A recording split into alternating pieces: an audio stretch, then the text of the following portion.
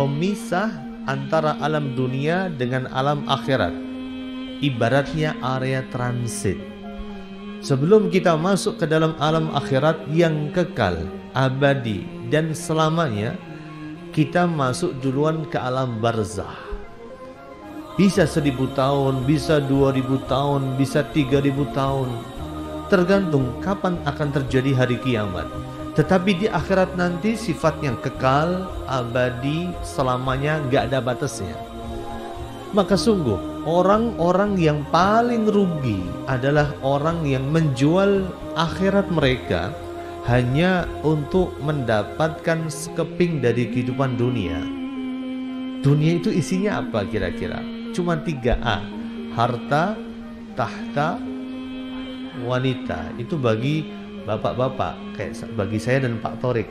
Harta, tahta, wanita. Kalau bagi ibu-ibu lebih banyak lagi: harta, tahta, Lazada, Tokopedia dan teman-temannya. Itu dunia isinya kayak gitu. Hanya oprak-opraknya gitu aja. Nah, maka dari itulah kita hidup di dunia nggak lama. Jangan sampai kita terlena dengan harta, tahta dan wanita tadi. Karena harta begitu menggoda, kemudian wanita begitu menggoda juga. Semua serba menggoda semuanya. Maka dari itulah kita harus sadar bahwa kita tidak lama di dunia. Kita harus sadar bahwa sesungguhnya di dunia kita hanya mencari bekal-bekal terbaik yang akan kita bawa ke hadapan Allah Subhanahu wa ta'ala. Maka kalau kita bicara tentang alam kubur, terus terang ini ngeri-ngeri sedap. Ibaratnya orang mau makan nggak jadi makan. Ini ada snack, saya nggak tahu ini kemakan nggak nanti ini. Iya, nanti paling dibawa pulang aja, dibungkus saja. Iya. Karena membuat kita nggak enak makan, membuat kita nggak selera makan. Sampai-sampai Rasulullah SAW pernah memberikan pesan kepada kita, aksiru dzikra hadimil ladzat. Perbanyaklah untuk mengingat pemutus kenikmatan. Jadi kenikmatan makan jadi keputus, kenikmatan dunia jadi keputus. Hadimil ladzat, pemutus kenikmatan, yang dimaksud adalah kematian. Karena kematian itu adalah pasti terjadi dan tidak bisa dipungkiri. Dan itu akan menghampiri setiap dari diri dan pribadi kita masing-masing. Nah, setelah kematian, dan masalah kematian ini butuh pembahasan tersendiri. Kita fokuskan pada kehidupan setelah kematian, yaitu kehidupan di alam kubur kita.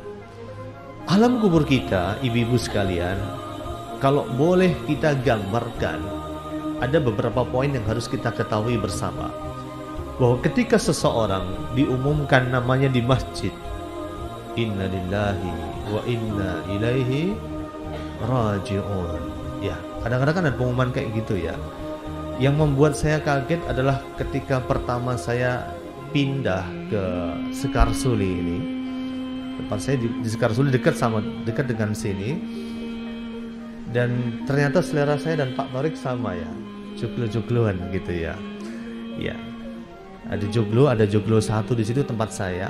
Ketika saya pertama kali pindah di situ, hal yang membuat saya kaget adalah tiap hari, tiap subuh saya dengar berita innalillahi wa inna ilaihi raji'un. Wah, hari ini ada berita kematian, besok ada lagi, lusa ada lagi, lusa ada lagi. Ternyata setelah diperhatikan, oh bukan dari tetangga sebelah, tapi dari desa sebelah atau dari pedukuhan sebelah, tapi yang ngumumin masjid sebelah rumah. Subhanallah. Suatu hari kelak nama kita akan diumumkan. Inna lillahi wa inna ilaihi raji'un. Telah meninggal dunia dengan aman, selamat dan tentram Bapak Fulan, Ibu Wulan misalnya. Kita semua akan disebut namanya. Nah, setelah kita diumumkan namanya, maka mulailah prosesi pengurusan jenazah dilakukan. Seorang muslim punya hak untuk diurus jenazahnya dengan cara-cara Islami. Dimandikan, dikafani, kemudian disolatkan dan dikuburkan di pemakaman kaum muslimin. Setelah itu kita mengantarkan jenazah tersebut ke tempat peristirahatannya sementara. Perhatikan baik-baik, tempat peristirahatan sementara, bukan terakhir. Karena tempat peristirahatan terakhir adalah di surga atau di neraka nanti. Jadi ini ada kesalahan terkadang yang terjadi di tengah masyarakat kita. Alhamdulillah, misalnya habis pemakaman jenazah, kita biasanya mengatakan kita baru saja mengantarkan saudara kita ke tempat peristirahatan yang terakhir. Kata-kata itu tidak boleh diucapkan pada hakikatnya, karena itu bukan yang terakhir. Setelah kuburan ini ada hari kebangkitan. Setelah kebangkitan ada surga dan neraka. Itu yang terakhir. Nah, kemudian setelah kita menguburkan jenazah saudara kita, ada beberapa hal yang wajib kita ketahui bersama. Yang pertama, ada sebuah kaidah nih. 3 datang menyertai, yang 2 akan kembali, dan 1 akan tersisa bersama dengan orang yang meninggal dunia tadi. Maksudnya bagaimana? Ketika orang dikuburkan, maka 3 ini akan menyertai. 3 ini adalah hartanya, yang kedua adalah keluarganya, yang ketiga adalah amalannya.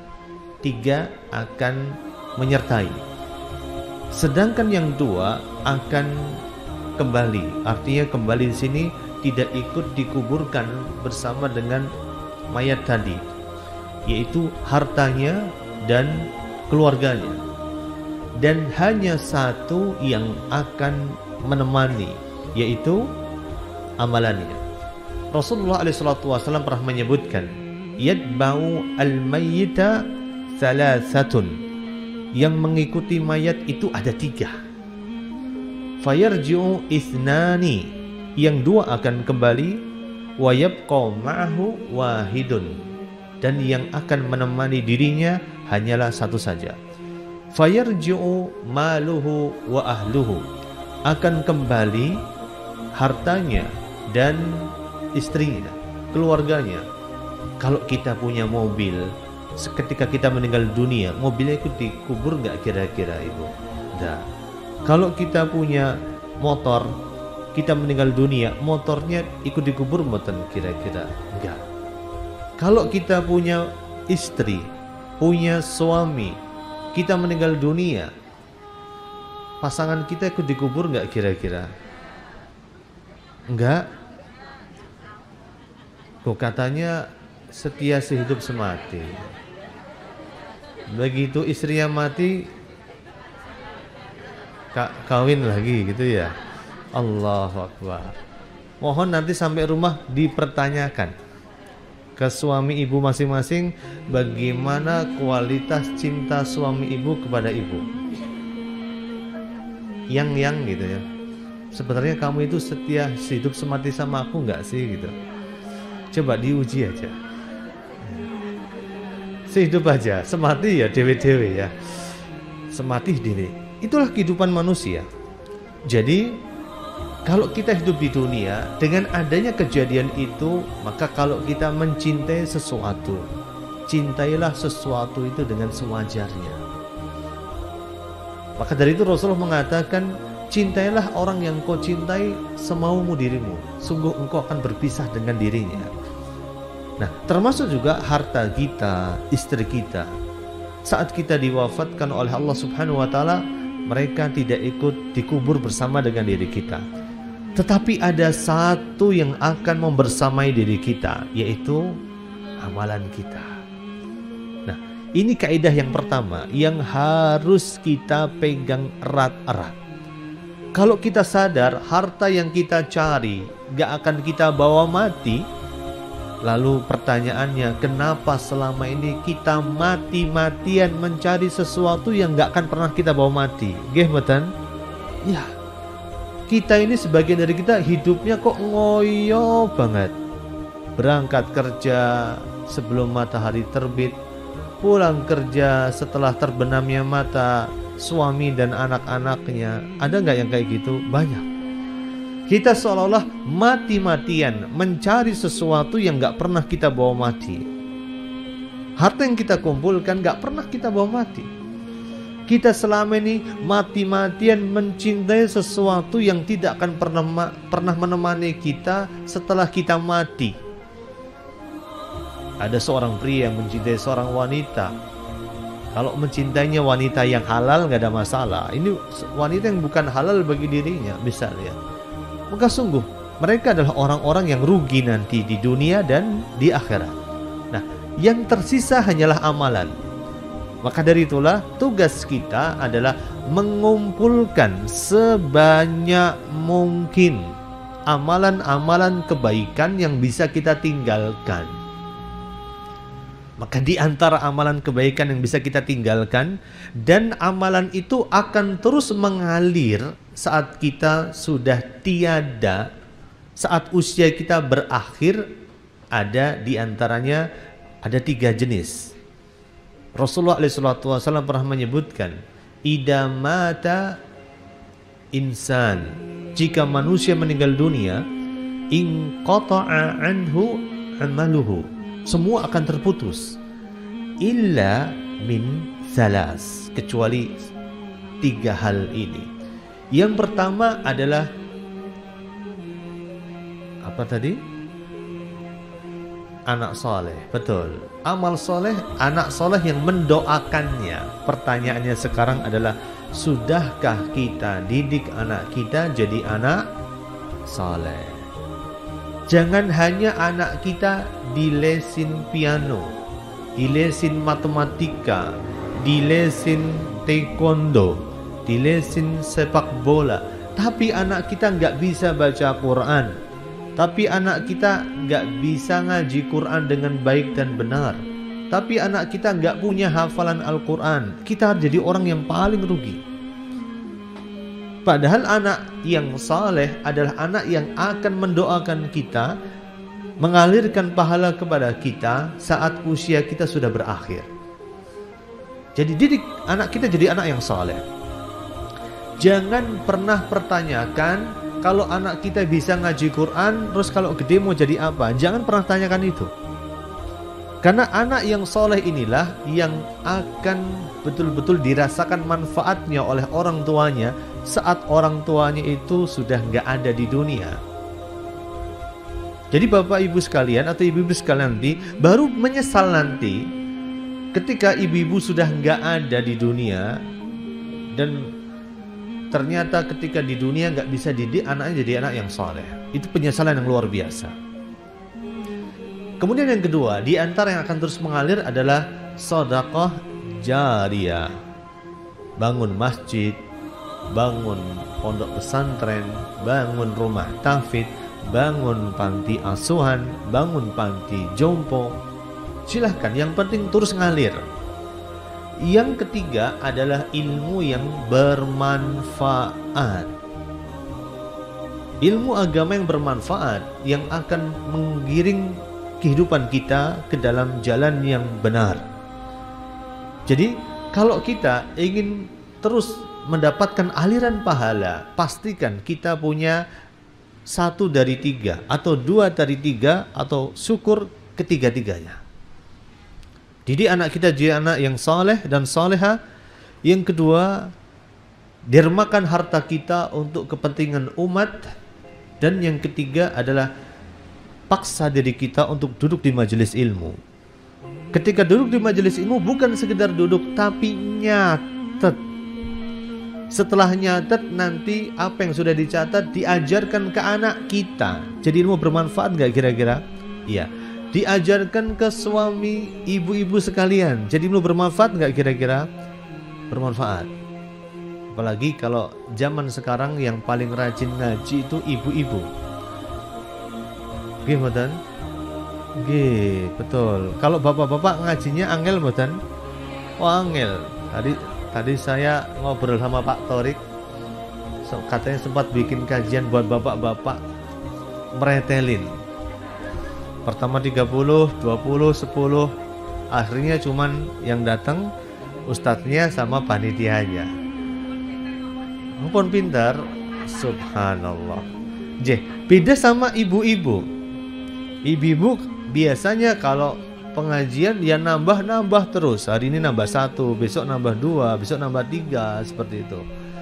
Maka dari itulah nanti kalau ibu-ibu pas pengajian nyatet, diajarkan ke anaknya, diajarkan ke suaminya, diajarkan ke tetangga-tetangganya. Jadi saya doakan semua yang di sini nanti suatu hari kelak jadi ustadzah semuanya. Amin ya rabbal alamin. Ya.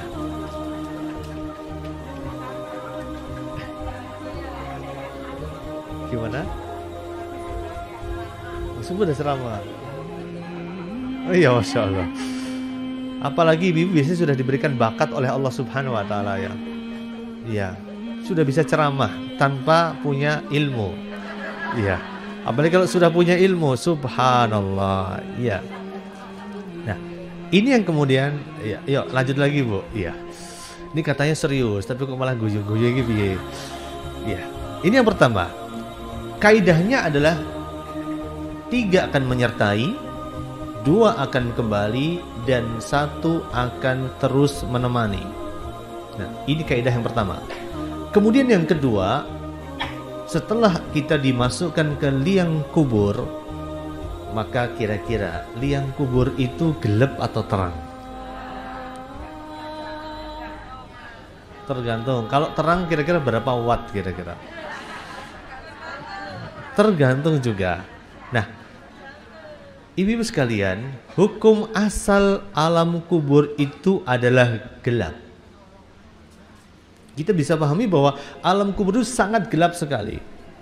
Sebagai bukti bahwa suatu hari Rasulullah SAW kehilangan seorang wanita yang kerjaannya tiap hari nyapuin masjid.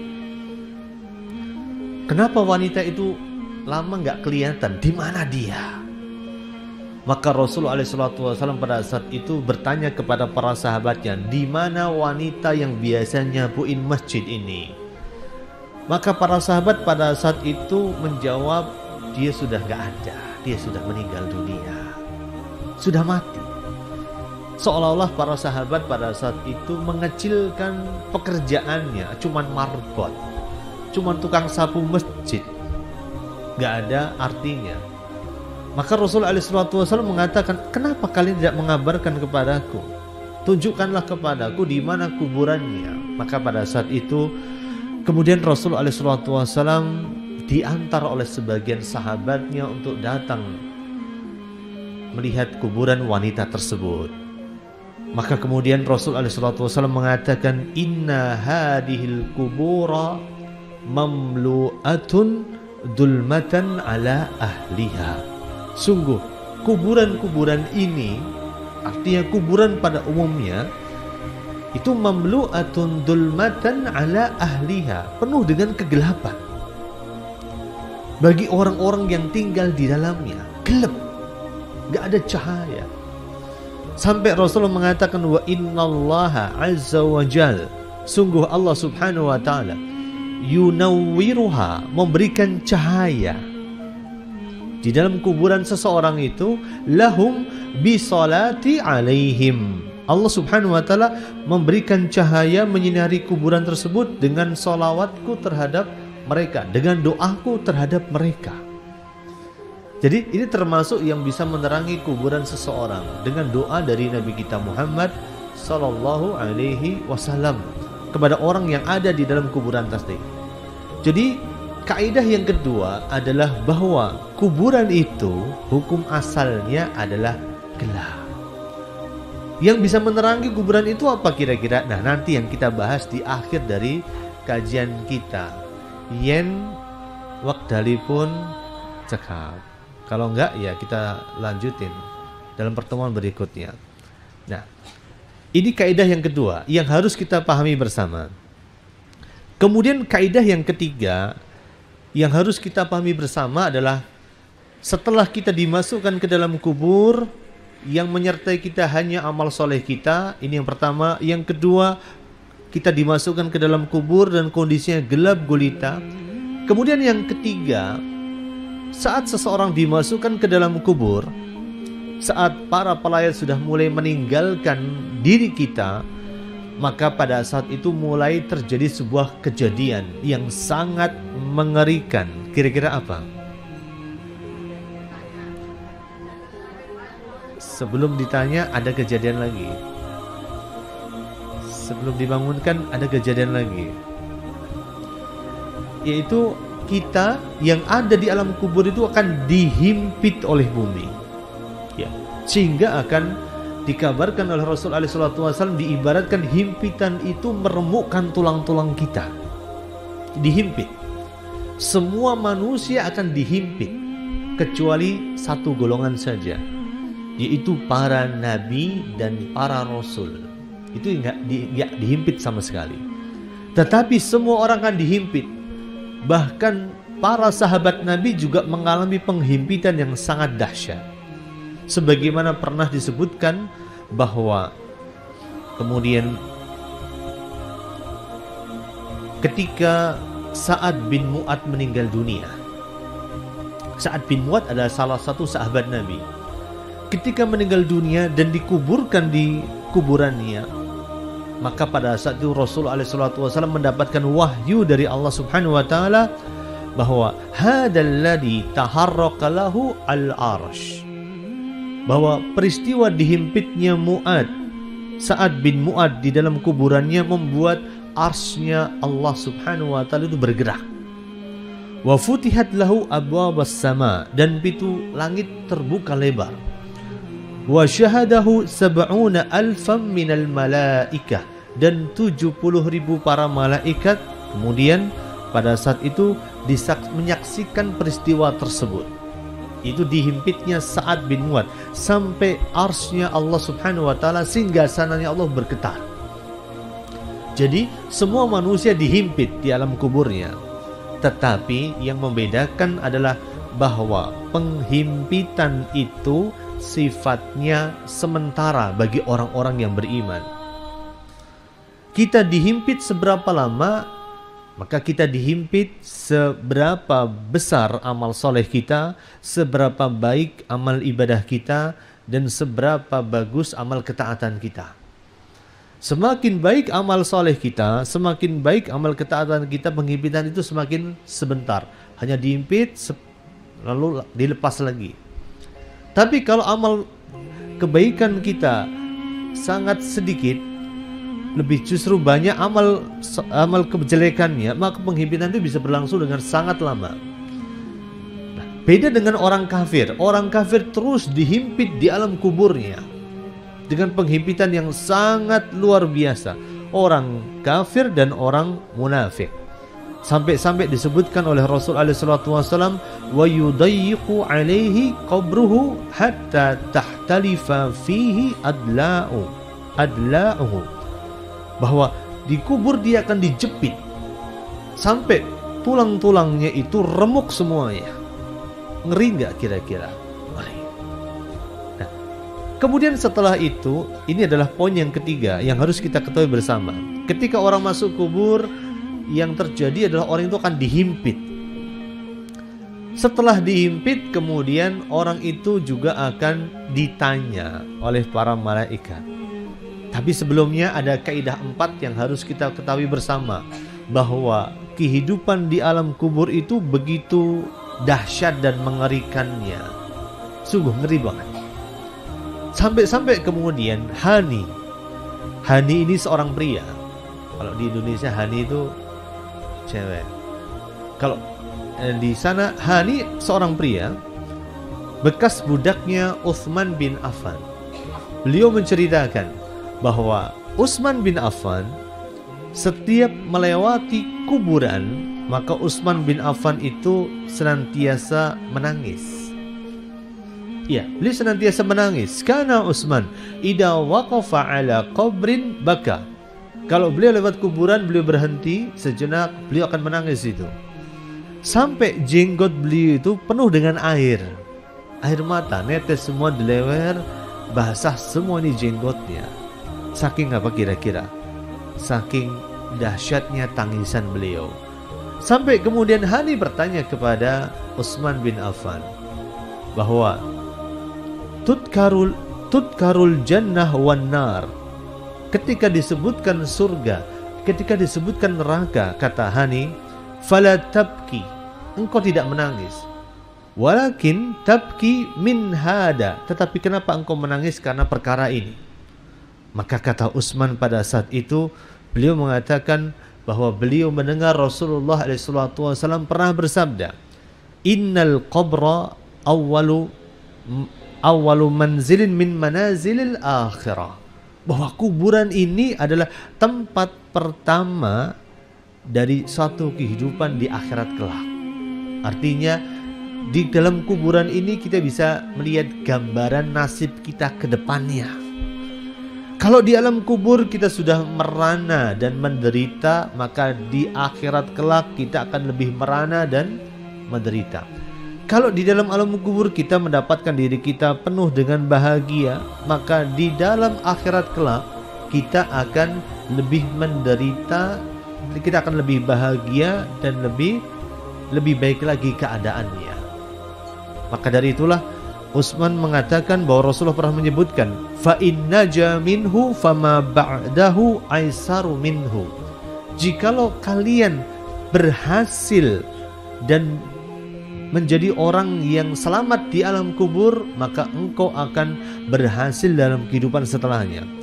Tapi kalau sebaliknya, fa illam yanju minhu, kalau kalian gak berhasil di alam kubur ini, gagal di alam kubur ini, fama ba'dahu asyaddu minhu, maka kejadian setelahnya akan lebih dahsyat bagi dia.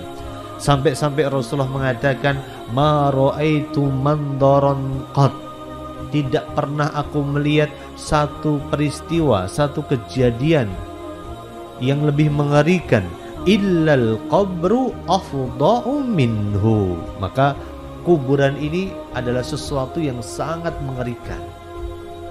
Nah, ini yang keberapa, ibu-ibu? Yang keempat. Kemudian yang kelima yang harus kita perhatikan bersama adalah bahwa sesungguhnya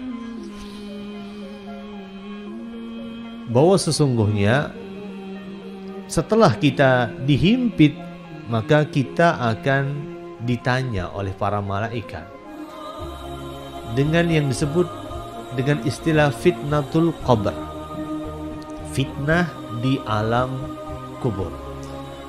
Maka dari itulah pertanyaan kubur itu apa? Gak banyak-banyak, cuma 3. Lebih banyak dari ujian SD, lebih banyak dari ujian SMP, lebih banyak dari ujian SMA, lebih banyak dari ujian psikotes kalau orang mau masuk kerja, lebih banyak dari ujian TOEFL kalau orang mau lanjut ke S2 atau S3, lebih banyak dari ujian yang lainnya. Cuman 3 pertanyaan. Yang pertama adalah man rabbuk, siapa Tuhanmu. Yang kedua, waman nabiyyuk, siapa nabimu. Yang ketiga, wama dinuk, dan apa agamamu. Kalau saya tanya ke ibu-ibu sekalian, ada nggak kira-kira yang nggak bisa jawab? Yang nggak bisa jawab saya kasih hadiah. Ada nggak yang nggak bisa jawab? Man rabbuk, siapa Tuhan kita? Allah. Waman nabiyyuk, siapa nabi kita? Muhammad. Wama dinuk, apa agama kita? Islam. Gampil, kecil, ya enggak? Ya, ini gampil, ini kecil di dunia. Tapi di alam kubur bukan perkara yang mudah. Ini pertanyaannya pakai bahasa pada di man rabbuk, bahasa Arab, nggih. Bahasa Arab. Man rabbuk, bahasa Arab. Man nabiyyuk, bahasa Arab lagi. Wa ma dinuk, bahasa Arab lagi. Maka kalau kita bisa jawab ini, biar bisa jawab, rumusnya bagaimana? Apakah harus belajar bahasa Arab? Oh, belum tentu. Abu Jahal adalah orang yang paling fasih dalam berbahasa Arab. Abu Lahab adalah orang yang paling fasih dalam berbahasa Arab. Kenapa sebabnya? Alasannya apa? Karena Al-Quran diturunkan di tengah bangsa Arab yang punya nilai sastra yang sangat tinggi. Maka di antara hikmahnya yang Allah turunkan kepada Nabi dan Rasul adalah Allah memberikan mukjizat sesuai dengan keadaan kaumnya. Nabi Musa diberikan mukjizat oleh Allah berupa tongkat. Mukjizat di tengah kaumnya yang suka main sihir pada saat itu, suka main pelet, main santet dan sebagainya. Maka mukjizat Nabi Musa sesuatu yang serupa dengan sihir tapi bukan sihir, bukan sulap, bukan sihir. Nabi Isa diutus di tengah kaum yang sangat membanggakan ilmu kedokteran. Maka di antara mukjizat Nabi Isa adalah bisa menyembuhkan orang sakit, bahkan bisa menghidupkan orang yang sudah mati.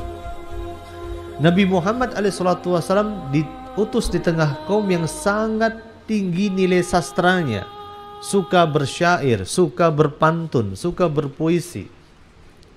Maka Allah menurunkan mukjizat yang serupa dengan mukjizat yang ada atau keadaan yang ada pada kaumnya Nabi Muhammad SAW, yaitu nilai sastra yang tinggi. Maka mukjizat Nabi Muhammad yang paling besar adalah Al-Quran.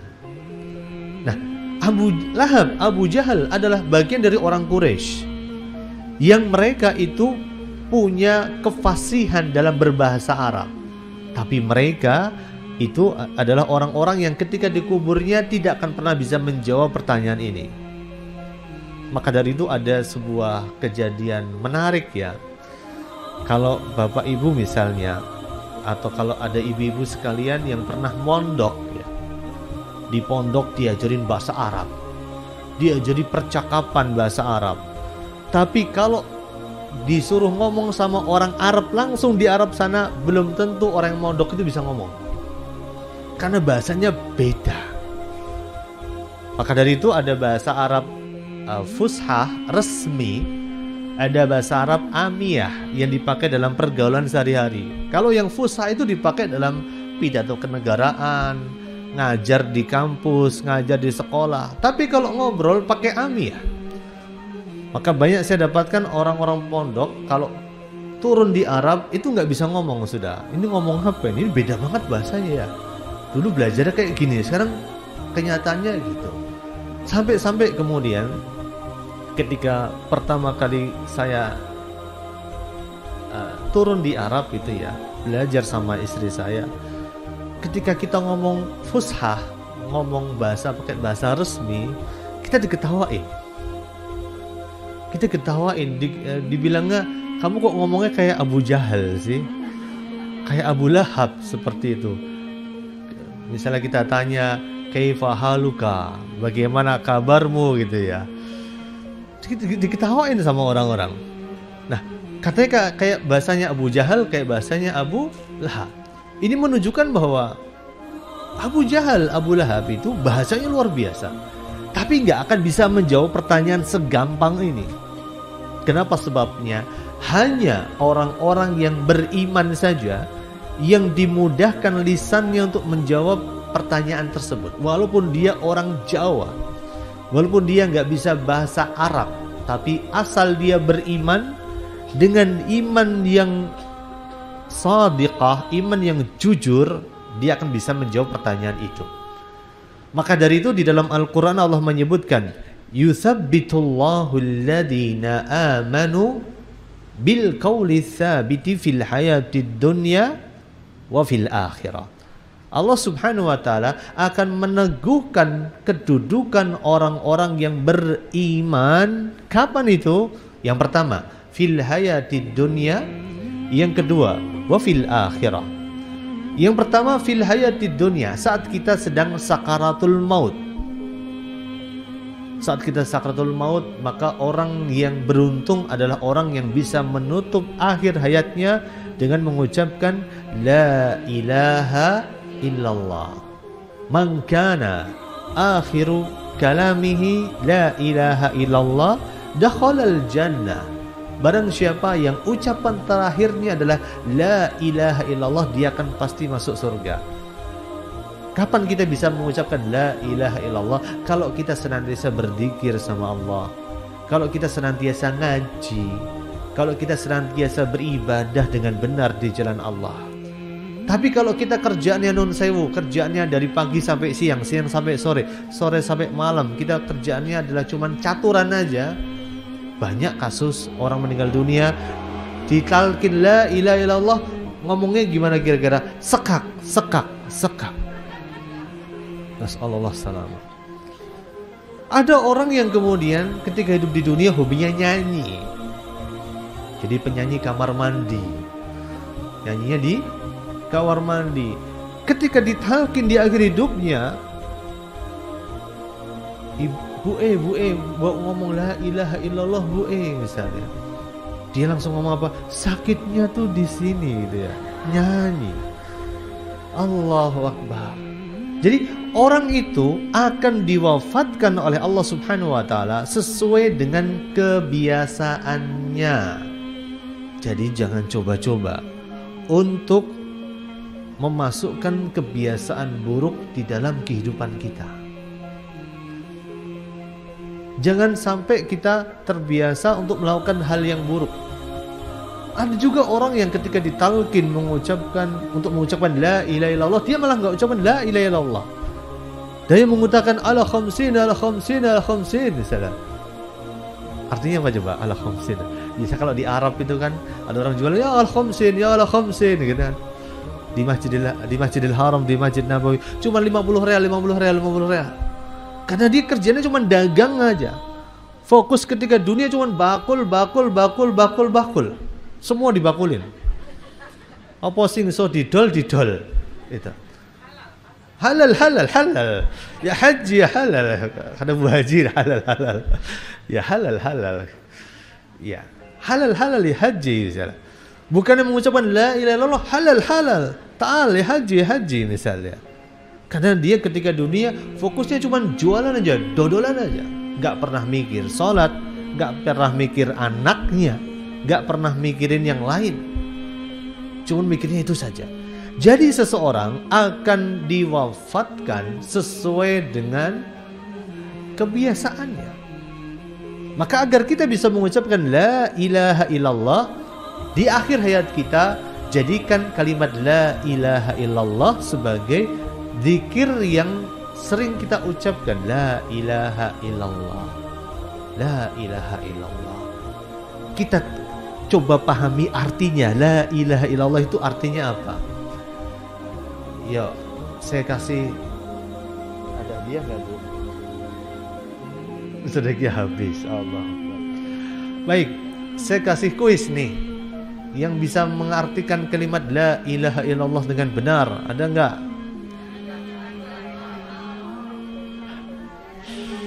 Belum lulus, ya. Ya salam, ya Allah itu Islam. Ya. Iya, Masya Allah, betul 100 buat Bude Dahlan. Ya. Ya, nanti saya kasih hadiah spesial. Ya. La ilaha illallah bukan artinya adalah tiada Tuhan selain Allah. Bukan itu. Kalau artinya tiada Tuhan selain Allah, Abu Jahal, Abu Lahab sudah mau ngucapin kalimat itu. Tapi kalimat la ilaha illallah artinya adalah tiada Tuhan yang berhak disembah kecuali Allah. Inilah yang menjadikan Abu Jahal, Abu Lahab enggak mau mengucapkan la ilaha illallah. La ilaha, ilah artinya adalah diambil dari kalimat ma'luh. Ma'luh artinya ma'bud, artinya kita nggak boleh nyembah yang lain kecuali Allah aja. Kalimat ini membawa konsekuensi bahwa kita harus rela meninggalkan semua sesembahan kita. Harta, selama ini kita nyembah harta. Tahta, selama ini kita menyembah jabatan. Dunia dan wanita, selama ini kita menyembah wanita dan dunia. Itu harus tinggalin semuanya. La ilaha, tiada Tuhan yang berhak disembah illallah kecuali Allah Subhanahu wa taala saja. Nah, inilah yang harus kita ketahui bersama. Jadi, ibu-ibu sekalian dimuliakan oleh Allah Subhanahu wa taala, ini yang pertama. Orang yang beriman akan diteguhkan dalam kehidupan dunia. Kapan itu? Saat dia sakaratul maut. Inna lil mauti la sakarat. Bahwa setiap kematian itu ada sekaratnya. Bahwa Rasulullah SAW juga mengalami sakaratul maut. Ketika Rasulullah sedang mengalami sakaratul maut, kemudian anaknya Fatimah Zahra melihat Rasulullah mengalami keadaan yang sangat berat, luar biasa. Maka kemudian Fatimah bertanya kepada Rasulullah SAW, wahai ayahanda, bagaimana kesulitan engkau hadapi pada saat ini? Bagaimana rasa sakit yang engkau hadapi pada saat ini? Maka Rasulullah mengatakan, la karba ba'dal yaum ala abika. Tidak akan pernah ada kesulitan atas ayahmu setelah hari ini. Di hari di mana Rasulullah mengalami sakaratul maut. Jadi setiap dari kita pasti mengalami sakaratul maut. Saking sakitnya dalam peristiwa sakaratul maut, kita sampai gak bisa ngomong apa-apa. Pada satu setan itu bermain. Setan itu akan menelikung di persimpangan, sebagaimana Valentino Rossi akan menyalip kita. Jadi akan menelikung kita, mencari celah atas diri kita untuk agar kita berpaling dari agama Allah Subhanahu wa taala. Saking sakitnya pada hari itu. Maka hari itu setan akan datang dengan wujud ayah kita, wujud ibu kita, dengan mengatakan, nak, keluarlah kamu dari agama Muhammad. Membuat kita kufur pada saat itu. Nasallahu salama. Nah, saking sakitnya pada hari itu, kita bisa bayangkan sakitnya kayak apa. Adalah gambarannya begini. Kalau ibu lagi duduk nih di sini, terus teman ibu kebelet ke kamar mandi. Kalau orang kebelet otomatis harus buru-buru, nggih mboten? Lagi duduk, teman ibu kebelet mau ke belakang, jalan nggak lihat-lihat, nginjek tangan ibu yang lagi ditaruh di sini. Teriak nggak ibu kira-kira? Teriak. Kenapa ibu teriak? Karena refleks ya. Sakit, kemudian tangan itu ngirim sinyal ke otak bahwa ada rasa sakit di tangan, lalu otak ngirim sinyal ke mulut untuk teriak. Tapi ketika orang lagi sakarat, saking sakitnya, itu sinyal itu nggak kekirim. Hang gitu, sinyalnya itu error.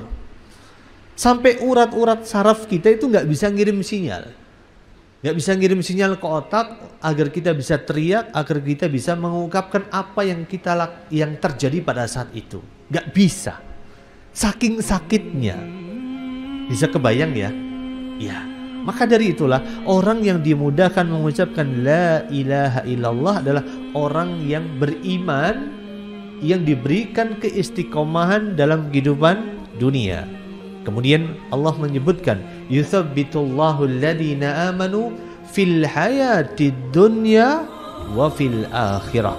Allah Subhanahu wa taala meneguhkan orang-orang yang beriman dalam kehidupan dunia dan dalam kehidupan akhirat. Kapan kehidupan akhirat?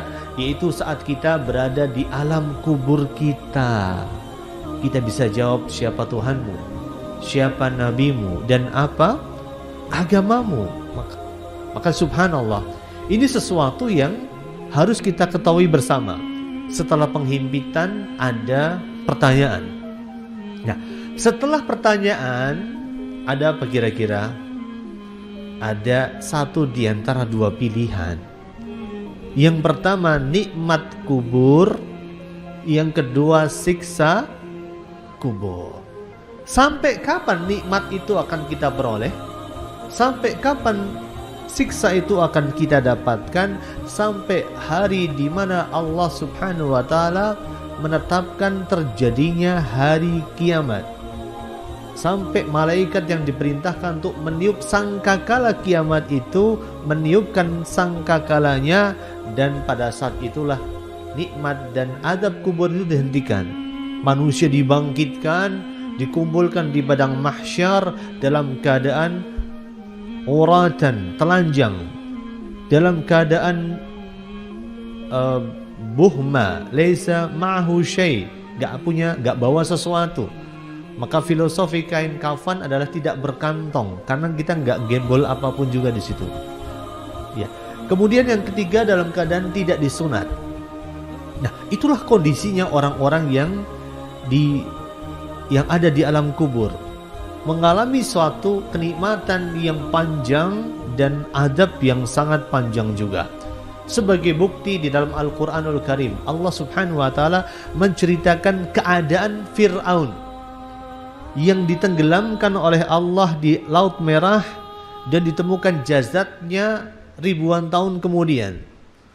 Allah menggambarkan keadaannya, wa haqa bi ali fir'aun su'al adab, dan Allah memberikan kepada Fir'aun adab yang sangat jelek, adab yang sangat buruk. An-naru yu'raduna 'alaiha ghuduwa wa 'ashiyya. Neraka ditampakkan di mata Fir'aun 2 kali sehari, di waktu pagi dan di waktu petang. Ditampakkan adab yang sangat dahsyat, adab yang sangat mengerikan. Nah, ini kita sedang bicara tentang buruknya atau dahsyatnya adab di dalam alam kubur kita. Maka kita berdoa kepada Allah Subhanahu wa Ta'ala, semoga Allah menjauhkan kita dari siksa kubur. Amin ya rabbal alamin. Waktunya sisa berapa lama lagi? 30 menit? 15 menit? Baik, kita percepat ya, insya Allah. Nah, kemudian yang terakhir, langsung loncat saja. Yang terakhir adalah, kalau kita sudah paham ngerinya alam kubur, maka yang harus kita ketahui intinya adalah amalan apa saja sih yang akan bisa menerangi kubur kita. Amalan apa saja sih yang bisa menyelamatkan diri kita? Maka ada beberapa amalan yang bisa menyelamatkan kita dari siksa kubur. Yang pertama adalah kita ketika hidup di dunia, agar selamat dari siksa kubur, kita punya kewajiban untuk memperbagus amal soleh kita. Semua amal soleh, salat kita, puasa kita, haji kita, umrah kita, zakat kita, birrul walidain kita, ngaji kita harus diperbagus. Amalan yang bagus bagaimana? Parameternya atau kriteria dan klasifikasinya. Maka kalau kita melihat amalan yang paling baik adalah sebagaimana Allah Subhanahu wa Ta'ala sebutkan di surat Al-Mulk.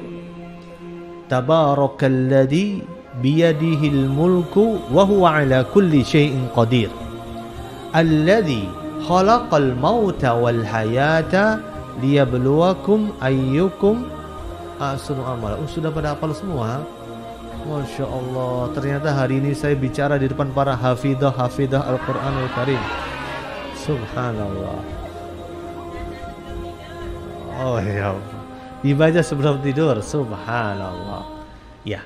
Alladzi khalaqal mauta wal hayata liyabluwakum ayyukum ahsanu amala. Allah yang menciptakan hidup, Allah yang menciptakan mati untuk menguji siapakah di antara kalian yang paling baik amalannya. Nah, pertanyaannya, amalan yang paling baik itu apa? Fudail bin Iyad pernah ditanya terkait dengan tafsir ayat ini. Kata Fudail bin Iyad, amalan yang paling baik ada 2 kriterianya. Yang pertama akhlasuhu, yang kedua aswabuhu. Yang pertama akhlasuhu, arti yang paling ikhlas. Ikhlas artinya mengharap hanya ridho Allah Subhanahu wa Ta'ala semata. Itu ikhlas namanya. Yang kedua aswabuhu, yang paling benar sesuai dengan tuntunan Rasulullah Sallallahu Alaihi Wasallam. Itu kriteria yang harus ada dalam sebuah amalan. Yang pertama harus ikhlas, mencari ridho Allah. Termasuk jikalau para hafidhoh yang hadir ini di pengajian ini, datang ke pengajian pagi ini ikhlas karena ridho, dari mencari ridho Allah Subhanahu wa Ta'ala semata. Karena sama-sama duduk, sama-sama dengerin, sama-sama nyatet, niatnya bisa berbeda. Ada yang niat, ya hari Selasa, ya waktunya ngaji, yuk ngaji, ya, karena Allah Subhanahu wa Ta'ala. Yang kedua, karena ada yang mungkin gak enak sama temennya, dijawel temannya, jeng besok pengajian ya, jangan lupa. Terus di WA ada Ustadz Hanan katanya, Allah Akbar. Allahumma sholli wa sallim wa barik ala nabiyina. Udah siapapun juga ya. Jadi misalnya dijawel sama temen ya, besok berangkat ya jeng misalnya, karena kita nggak enak sama yang ngajak, akhirnya kita berangkat. Niatnya salah nggak kira-kira? Salah. Ada yang berangkat pengajian karena daripada di rumah sendirian, suami lagi kerja, istri lagi sekolah, nah mending ngaji dah gitu. Ada nggak gitu? Anak lagi sekolah, istri juga bisa sekolah. Iya. Kalau istrinya masih mahasiswi misalnya istrinya ngambil S2 atau S3, jadi kan bapak-bapaknya punya istri mahasiswi gitu ya. Subhanallah. Istri sekolah atau anak sekolah, ya dua-duanya bisa sekolah lah ya. Daripada berangkat pengajian aja. Niatnya salah nggak kira-kira? Salah. Ada yang kemudian berpikir daripada di rumah nggak ada yang dimakan, pas pengajian ada snack. Allahu Akbar. Pas nggak komanan, ada nggak komanan di sini? Oh Allah, banyak. Ya Allah, ya Allah, ya Rabbi, Masya Allah. Semoga nanti Pak Tariq bisa kasih jalan keluar dan solusinya. Ya. Misalnya nggak komanan nanti bisa makan di bawah misalnya. Oh Allah Akbar. Allahumma amin ya Rabbal alamin. Masya Allah. Ya. Jadi orang itu harus solutif Pak. Iya. Bisa kasih solusi. Iya. Jadi harus adil gitu ya. Nah, daripada ada yang kemudian ketika berangkat dengan niat yang lain, wallahu taala alam. Tapi niat yang paling benar adalah berangkat untuk mengharap ridho dari Allah Subhanahu wa taala semata. Ini yang paling ikhlas pertama.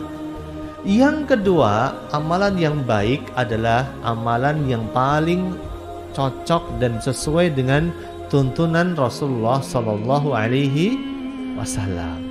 Paling cocok. Jadi kita bisa melihat sejauh apa kita mengikuti sunnah Nabi kita Muhammad SAW, maka sebaik itu amalan kita akan dicatat sebagai sebuah kebaikan. Nah, ini tugas kita. Yang pertama, perbaiki ibadah kita menjadi ibadah yang terbaik. Ibadah yang baik itu syaratnya dua, ikhlas dan paling cocok dengan tuntunan Rasulullah SAW. Gak diada-adakan, gak dibuat-buat. Man amila amalan laisa alaihi amruna fahuwa radun. Setiap amalan yang gak dicontoh sama Rasulullah, amalan itu hukumnya adalah tertolak. Kemudian, ini yang pertama. Yang kedua, agar kuburan kita diterangi oleh Allah Subhanahu wa taala dan kita diselamatkan dari siksa kubur. Yang kedua adalah jagalah kesucian lisan kita dan kesucian kemaluan kita. Sebagai bukti dari poin yang kedua ini, pernah suatu hari marra Rasulullah SAW ala kubrain. Rasulullah suatu hari sedang berjalan dan melewati dua buah kuburan. Rasulullah berhenti dan Rasulullah mengatakan, innahuma la yu'addibani. Sungguh dua penghuni kubur ini sedang diazab oleh Allah Subhanahu wa taala. Wa may yu'addibani fi kabirin, dan mereka tidak diazab atas perkara-perkara yang besar. Mereka itu tidak berzina, mereka tidak merampok, tidak korupsi. Mereka diazab karena perkara yang remeh-temeh. Apa itu? Amma ahaduhuma, salah satu dari mereka, kana yamshi bin namimah. Dulu ketika hidup di dunia suka melakukan namimah, mengadu domba. Hati-hati. Kita ada orang ngomong, omongannya itu dipindahin ke orang lain supaya tercipta permusuhan. Hati-hati, ini namanya namimah. Wa amma ahaduhuma al-ukhra. Yang kedua, kana la yastatiru minal baul. Mereka yang kedua ini pas kencing mereka tidak bersih ketika beristinja. Nah, kita bahas yang pertama dulu, menjaga kesucian lisan, jaga mulut kita. Gara-gara nggak bisa jaga mulut, sibuk gibain orang lain, sibuk ngerasanin orang lain, sibuk menukilkan omongan ke orang yang satu ke orang lain, kita mendapatkan adab di alam kubur kita. Ngeri nggak kira-kira?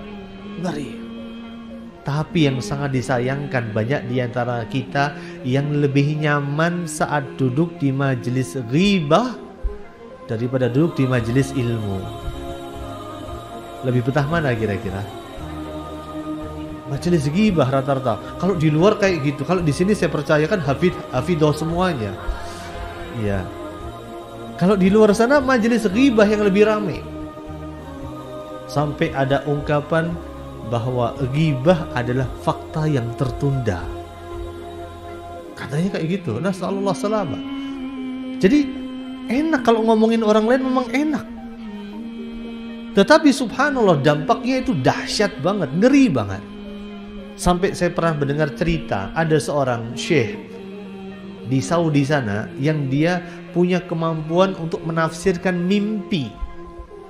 Syekh itu ditanya, ada orang tanya ke dia, ke beliau, ya Syekh, saya semalam mimpi jelas banget, kuat banget mimpinya, sampai saya kepikiran gak bisa tidur lagi. Apa itu mimpinya?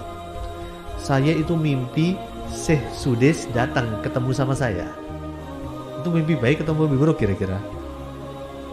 Oh, cerita belum rampung. Syekh Sudes datang ketemu sama saya. Kalau datangnya kemudian untuk menyerahkan tahta sebagai imam di Masjidil Haram, itu mimpi baik. Ini datang kepada saya untuk mengambil kebaikan dari amal ibadah yang pernah saya lakukan. Diambil tuh. Diambil semua tuh, dicomot sama Syekh Sudes. Saya gak bisa tidur setelah itu.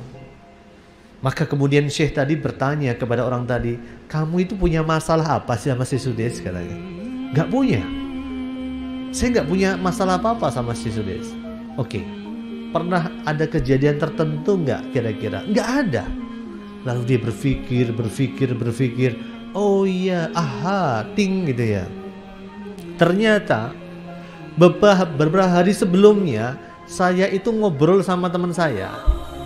Dan saya mengatakan kepada teman saya bahwa Syekh Sudes tidak lebih baik daripada Syekh Shuraim. Ini gibahin gak kira-kira? Gibahin ini. Hanya dengan gibahin dengan cara itu. Apalagi kalau gibahnya dengan yang lebih daripada itu. Jeng tahu gak? Itu kemarin tetangga kita itu ya, tuh dikamplengin sama suaminya gitu. Tahu nggak tetangga kita kemarin tuh dikebukin sama suaminya misalnya. Subhanallah. Jadi jaga lisan kita. Adab kubur ini disebabkan karena kita nggak bisa menjaga kesucian lisan kita. Yang kedua, jaga kemaluan kita. Kalau kita habis buang air besar atau kecil, tolong dibersihkan dengan sempurna, dicebokin dengan sempurna. Karena kalau enggak, ini akan menjadi penyebab kita mendapatkan siksa di alam kubur kita. Apalagi zaman sekarang di tempat yang katanya modern ya. Itu banyak di antara tempat-tempat yang modern itu, di tempat kencingnya itu tidak disediakan air. Kalau pakai tisu nggak ada masalah, tapi kencingnya sambil, mohon maaf, berdiri, terutama yang laki-laki ya, sambil berdiri. Kan ada tempat untuk kencing tapi yang berdiri ya, itu kan kadang ada air, kadang nggak ada airnya. Kalaupun ada air paling buat nyiram supaya itu nggak pesing, tapi nggak ada air buat nyebokin kemaluan kita.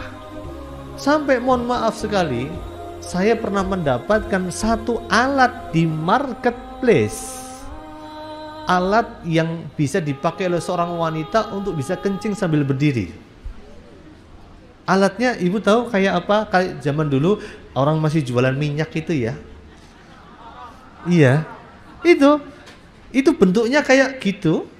Dipasang di alat, mohon maaf, alat vital perempuan supaya bisa kencing sambil berdiri, sampai pada kondisi kayak gitu. Allahu Akbar. Ini kalau misalnya kayak gitu, yang terjadi kayak gitu, otomatis kalau kita nggak dibersihkan, sisa air kencing kita akan nempel di pakaian kita. Kalau nempel di pakaian kita, sholat kita sah nggak kira-kira? Nggak sah sama sekali. Maka ini cara yang kedua agar kita selamat dari siksa azab kubur. Sudah 15 menit, gimana kira-kira? Sudah, baik. Insya Allah kita lanjutkan dalam pertemuan yang akan datang. Semoga Allah Subhanahu Wa Taala memberikan petunjuk kepada kita semua dan menjauhkan kita dari siksa